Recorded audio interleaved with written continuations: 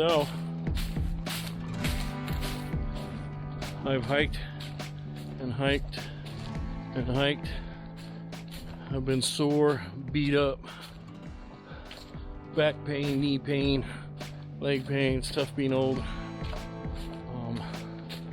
And for me, the most prominent thing is that I actually heard a double knock, what I thought was a double knock. And Rachel was there, and she said the exact same thing before I ever mentioned a double knock.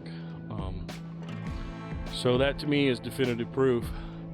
It's not burden of proof, unfortunately, but in my mind puts things definitely at ease. It puts all these efforts worthwhile.